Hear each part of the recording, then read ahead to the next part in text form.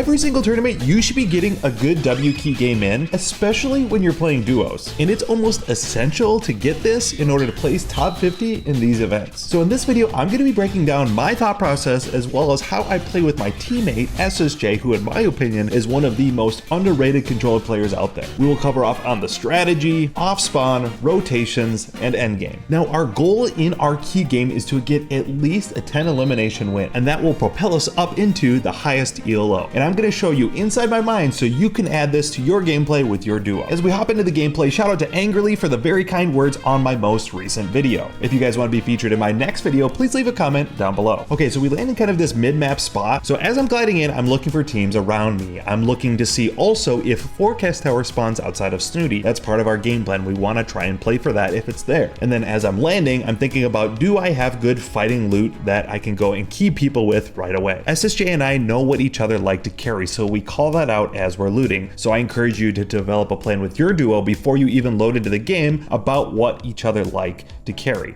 This takes away unnecessary debate and communication once you're in the game. So we find this team that's nearby us, but they gate away towards the medallion. And then one of them chases me and tries to jump me, and eventually SSJ cleans them up. We then know that the medallion team is very close to us, so we decide to run north. And we run into another team and decide to fight them as we're still running away. And this was a mistake on my part, even though it seemed free. That gave the medallion team time to catch up to us, and I had no way of escaping them. What I should have done is keep running until we had a chance to turn onto the medallion team. Greed was my issue here, and I forced SSJ to use a shockwave to get away. Thankfully, SSJ was able to revive me since the medallion team just kept running. So after healing up, we want to keep pace and try to continue to find edge teams to fight. And this is very intentional in our playstyle. We don't want to fight teams in the middle of the map where we can get easily third party, especially with items like the nitro rings, the nitro canisters, all those things. People can easily find you and catch up to you in the meta right now. So SSJ finds this duo in the lower ground here in the bottom of this house, and we make quick work of it. You'll notice in these fights, we always try to stay within 50 to 100 meters of each other. That way we can play angles and use our combined firepower to win fights. Now we hear this reboot in the distance, and keep note of how many times we fight these guys in this game. But we know a reboot means a free elimination for us. And again, our goal is eliminations this game. So speed and aggression is our best friend. People often are just caught off guard from these kinds of plays. I run over the water with nitro effect to key him, and we eventually catch him back on the other side of the water again, and I actually bubble SSJ after this fight is over, so we do not trade knocks. Paying attention to your teammates' positioning and health is a really big thing to do, and it's just gonna make you a better player overall. And eventually we just give up looking for his teammate, and we keep running around the edge of the map trying to find other teams to fight. And I call out they might be rebooting again soon, and sure enough, this team reboots once more and we pick them off again. Poor guys. Then we hit this northern vault outside of Underworld for a bit more loot, and we're just looking again for teams to try and fight edge, not in the center of the map. Then we go back south because we figure this team might be rebooting once more for a third time. And this time we get both eliminations and successfully farm this team for points. Now at this point we need to pay very close attention to the medallion team. And honestly, this is something you should be doing throughout your game, paying attention to where the other medallions are. We noticed they rotated off the island, so we know we can go up there too. And we need a bit more movement to win this game out, so that's why we stopped to loot here. I then see that they died to another team so that we know we can strike now, especially since the likelihood is high that they're juggling loot or shuffling the medallions between each other. You have a brief window where you could try and third party this from a distance. And as we land, I look to grief their bunker position by shocking them out. And you notice when I fall with Flowberry on, it actually doesn't hit SSJ, meaning that he has to find another way down, and I leave myself in a potential 2v1 on low ground. Thankfully, the enemy team now to my left does not have the best aim. I'm able to bunker and apply pressure back. And now, as soon as we're free to get all the loot from now, there's 4 bodies of loot here, another team shows up and they nearly get me. Thankfully, I get out and SSJ is able to get triple medallion. And as I'm rotating away into zone now, I'm checking height to make sure I can re-engage with my teammate. And I play aggressive to quickly get back to him. And we clean up another duo by playing angles just like I discussed earlier, combining our firepower. And by this point, I know we are the strongest team in the lobby. We need to use and abuse our OP items and medallions to the best of their ability. And with 3 teams up, we get tagged a bit on this rotation in. We use maybe too many bunkers, but that's okay. And then I get a good beam on this guy on the right, so I call the key him.